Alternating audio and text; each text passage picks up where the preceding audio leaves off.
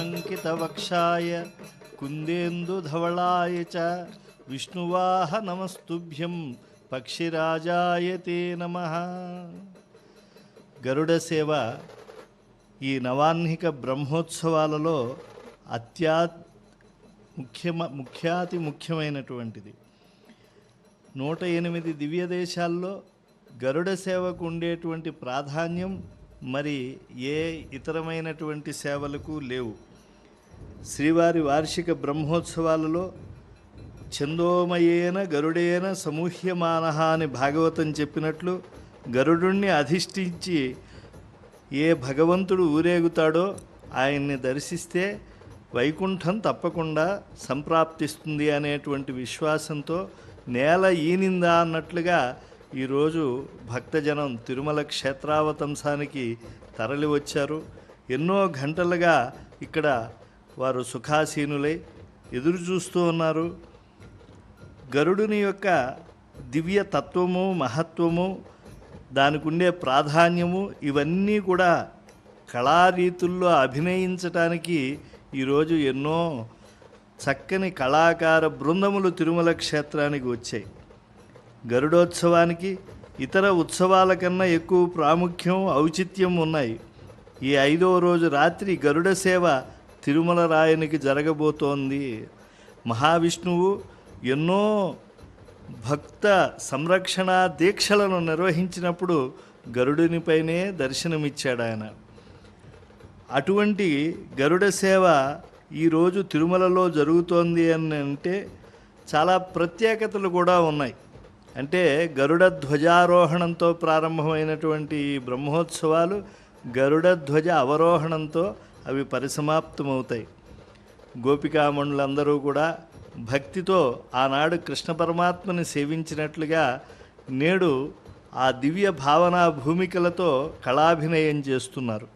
భగవంతుని ఎదుట నాట్యం చేస్తూ నామావళి గానం చేస్తూ ఉంటే గాద్గద్యముతో డగ్గుతికతో కూడిన పలుకులతో ఎవరైతే తరిస్తారో వారికి లభించే ఫలం ఇంత అని చెప్పలేము అన్నారు.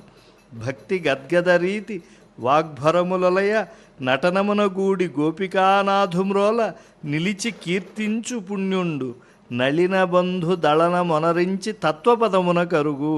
స్వామి ముందు ఉత్సవ వేళ తన్మయంగా గానం చేసేటువంటి భక్తులు సూర్యమండలాన్ని భేదించుకుని శ్రీనివాసుని యొక్క వైభవముతో సమానముగా వారు పరిసమాప్తమయ్యేటువంటి తమ యొక్క ఉత్తమ తత్వాన్ని పొందుతారు అని చెప్పారు. వాహన మండపంలో ఎప్పుడు ఆ యవనిక పైకెత్తబడుతుందో, ఆ వెళ్ళగొడుగుల కింద గోవిందుని దర్శనం ఎప్పుడు జరుగుతుందా అని చెప్పి భక్త బృందాలు ఎదురు చూస్తూ ఉన్నారు. గోదా సమర్పిత సువాసిత పుష్పమాలాం లక్ష్మీ సుహార మణిభూషి సహస్రనాంనాం మాలాం విధార్య గరుడోపరి సన్నివిష్ట శ్రీ వెంకటాద్రి నిలయో జయతి ప్రసన్న. ఈ 5వ రోజే తిరుమల క్షేత్రానికి విల్లుపుత్తూరు నుంచి గోదాదేవి సమర్పించినటువంటి మాలికలను ధరించడం అనేటువంటిది శ్రీనివాస స్వామి చేస్తారు. అంటే నిన్నటి సాయంకాలానికే పెద్దజీయం గారు మఠానికి అవి చేరాయి.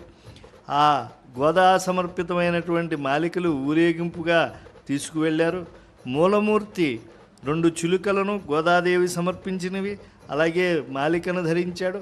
అలాగే ఉత్సవరాయుడు కూడా ఈనాడు ఉదయం ధరించడం జరిగింది. వీటితో పాటు స్వామివారు సహస్రమాలను దాల్చి మకరకంఠి లక్ష్మీహారాన్ని దాల్చి ఈనాడు దర్శనమివ్వబోతూ ఉన్నాడు. అందుకే అన్నమయ్య ఇటు గరుడని నీవెక్కినను పటపట దిక్కులు భగ్గని పగిలే అని అన్నారు.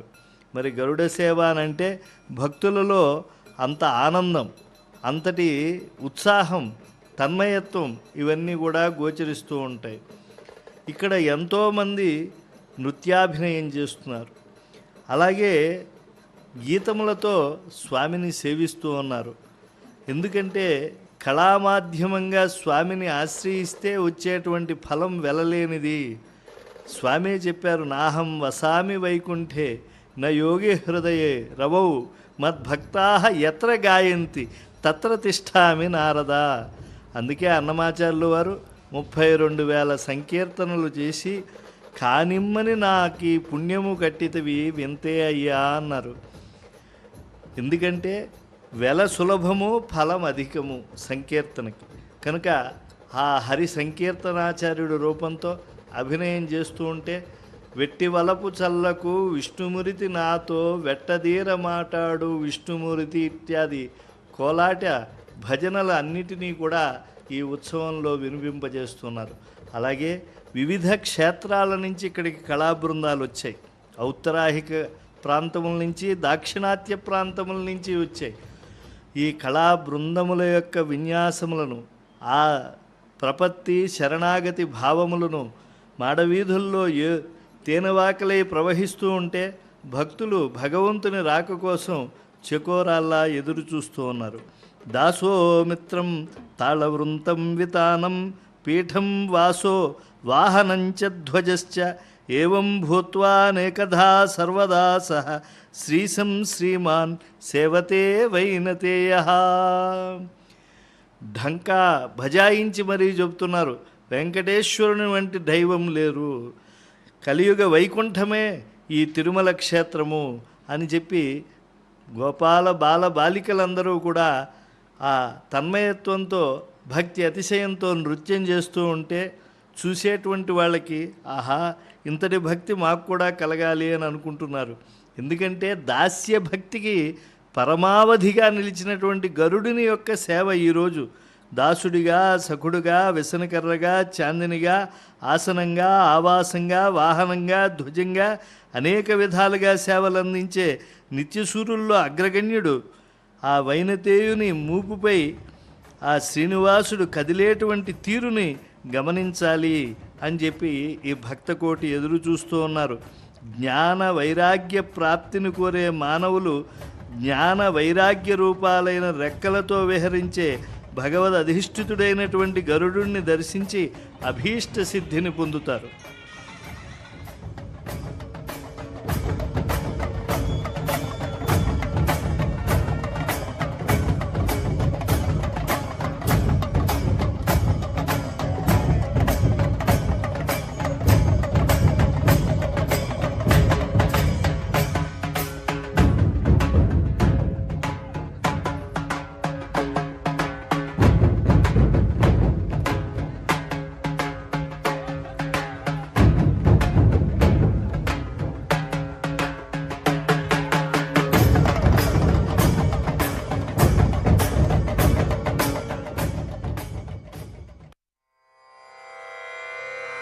కృతాంనాయగానం ఖగాధీశయానం విముక్తేర్నిదానం హరారాతిమానం స్వభక్తానుకూలం జగద్వృక్షమూలం స్వభక్తానుకూలం జగద్వృక్షమూలం నిరస్తారశూలం భజేగం భజేగం నిరస్తారశూలం భజేగం భజేగం కృతాంనాయగానం ఖగాధీశయానం విముక్తేర్నిదానం హరారాతిమానం స్వభక్తానుకూలం జగద్వృక్షమూలం స్వభక్తానుకూలం జగద్వృక్షమూలం నిరస్తారశూలం భజేగం భజేగం నిరస్తారశూలం భజేగం భజేగం.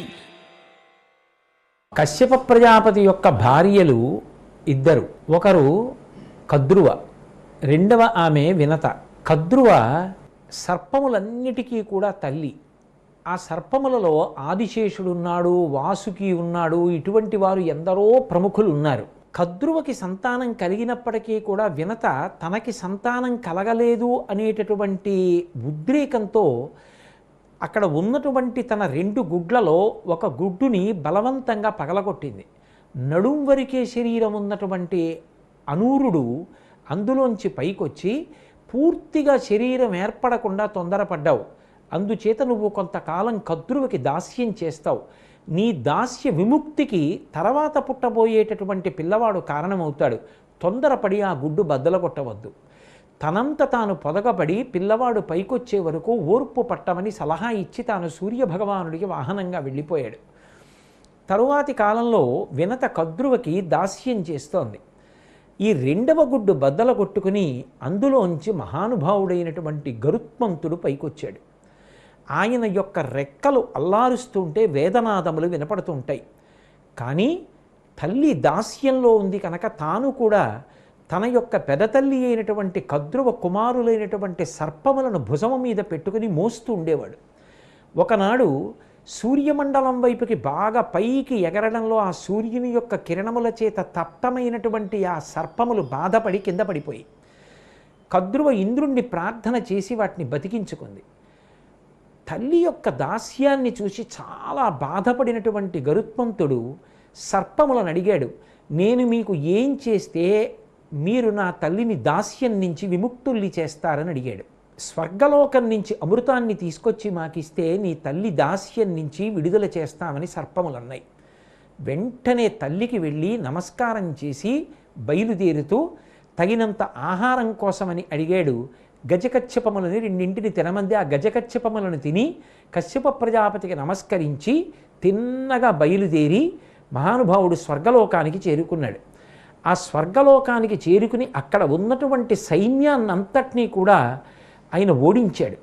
ఓడించి అక్కడ ఉండేటటువంటి పావుల యొక్క కళ్ళు కనపడకుండా తన రెక్కల చేత పైకి లేచినటువంటి ధూళి చేత వాటిని మార్చేశాడు. అంటే వాటిని ఏమార్చాడు. వాటికి కళ్ళు కనపడడం మానేశాయి. అందుకని అమృత భాండాన్ని రక్షించలేకపోయాయి ఆ రక్షణగా ఉన్న పాములు. ఒక పెద్ద చక్రం తిరుగుతోంది. సూక్ష్మ రూపంతో చక్రం కిందకి వెళ్ళాడు. వెళ్ళి అమృత భాండాన్ని పైకి తీశాడు. పైకి తీసి చేత పట్టుకుని వెళ్ళిపోతున్నాడు. ఆ వెళ్ళిపోతున్నప్పుడు శ్రీ మహావిష్ణువు ప్రత్యక్షమయ్యారు. ప్రత్యక్షమై గరుత్మంతునితో కొన్ని మాటలు అన్నారు. నువ్వు నీ తల్లి యొక్క దాస్యాన్ని పోగొట్టడం కోసం ఇంత కష్టపడి స్వర్గలోకానికి వచ్చి ఒక్కడివే ఇంతమంది వీరులను పరిమార్చావు, ఇంత గొప్ప యుద్ధం చేశావు, అమృత భాండాన్ని దక్కించుకున్నావు. కానీ ఇంత గొప్ప అమృత భాండం దేవదానవులు ఒకనాడు క్షీరసాగర మథనం చేస్తే ఉద్భవించినటువంటి అమృతం. ఈ అమృతం ఒక్క చుక్క నేను నాలుక మీద వేసుకుంటే ఇక నాకు జరామరణములు ఉండవు. కాబట్టి నేను ఈ అమృత భాండాన్ని దక్కించుకున్నాను కాబట్టి చటుక్కున ఒక్క 2 చుక్కలు నోట్లో వేసుకుందాం అని నువ్వు అనుకోలేదు. పరమ నిర్లిప్తుడవై ఉన్నావు. నీకు ఉన్న ఆసక్తల్లా అమృతాన్ని పట్టుకెళ్ళి పాములకిచ్చి మీ అమ్మ దాస్యాన్ని పోగొట్టడం. ఇంతటి మహాబలవంతుడవయ్యుండి ఇంత నిరాసక్తంగా ఉండి అమృతం ఒక చుక్క తాగుదామని కూడా కోరిక లేకుండా ఇంత నిర్లిప్తంగా ఉన్నావే, నీ మనశ్శుద్ధికి నీ శరీర బలానికి నేను మెచ్చుకున్నాను. నీకేం కావాలి కోరుకోమన్నారు. శ్రీ మహావిష్ణువంతటి వారు ప్రత్యక్షమై కోరిక కోరుకోమంటే గరుత్మంతుడు ఆ రోజు కోరినటువంటి కోరికలు పరమాద్భుతమైనవి. ఆయన అన్నాడు, ఈ అమృతం తాగితే కదూ జరామరణములు రాకుండా ఉంటాయి, కానీ ఈ అమృతం తాగకపోయినా కూడా నీ అనుగ్రహ విశేషము చేత నాకు జరామరణములు కలుగకుండుగాక, నేను ఎప్పటికీ బలముతో ఉండెదనుగాక. సాధారణంగా లోపల రాక్షస బుద్ధి ఉన్నవాళ్ళైతే నీకు జరామరణములు కలగవు అనగానే దేవలోకం మీద దండయాత్ర చేసి భోగానుభవానికి ప్రయత్నిస్తారు. కానీ గరుత్మంతుని యొక్క రెండవ కోరిక ఏమిటి అంటే, నేను జరామరణములు లేనివాడనైనప్పటికీ, నేను ఎంతటి బలవంతుడనైనప్పటికీ పరమ వినయంతో ఎప్పుడూ నీ సేవ నేను చేస్తూ ఉండేదనుగాక అని అడిగాడు. ఆయన యొక్క భక్తికి, ఆయన యొక్క వినయానికి ఆశ్చర్యపోయారు శ్రీ మహావిష్ణువు. పరమ సంతోషాన్ని పొందారు. పొంది 2 వరాలు ఇచ్చారు.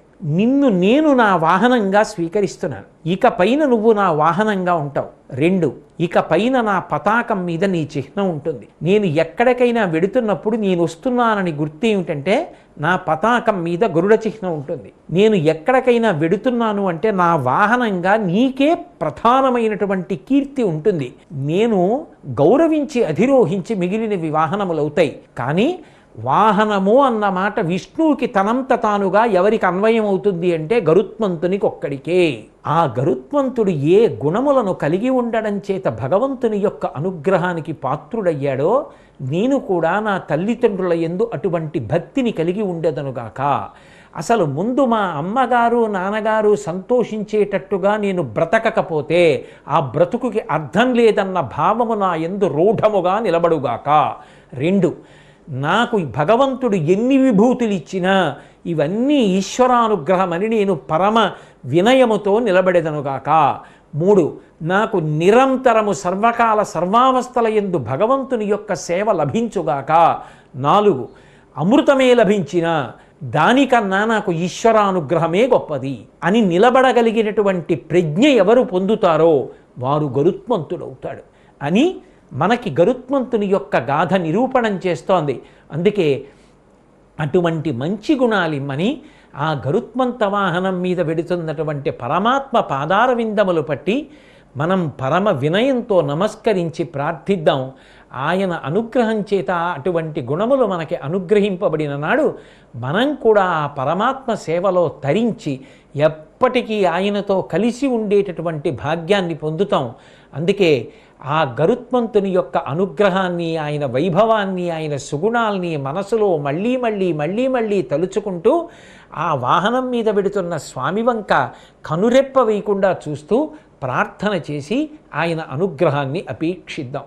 అది గరుడ వాహనం యొక్క గొప్పతనం.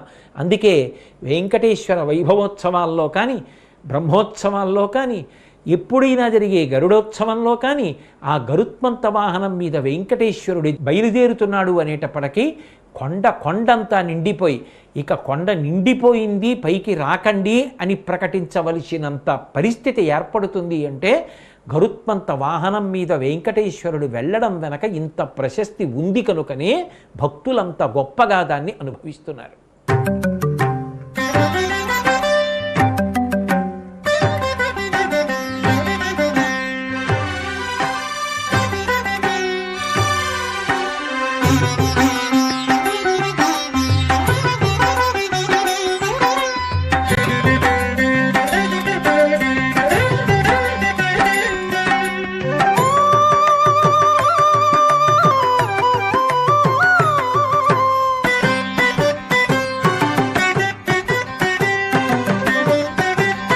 జగదీశ్వరుడు వచ్చెను, జగదీశ్వరుడు వచ్చెను, సత్యకు పారిజాతమును కొని తెచ్చెను. జగదీశ్వరుడు వచ్చెను, సత్యకు పారిజాతమును కొని తెచ్చెను. జగదీశ్వరుడు వచ్చెను, ఖగరాజు పైనిక్కి గగన పథంబున, ఖగరాజు పైనిక్కి గగన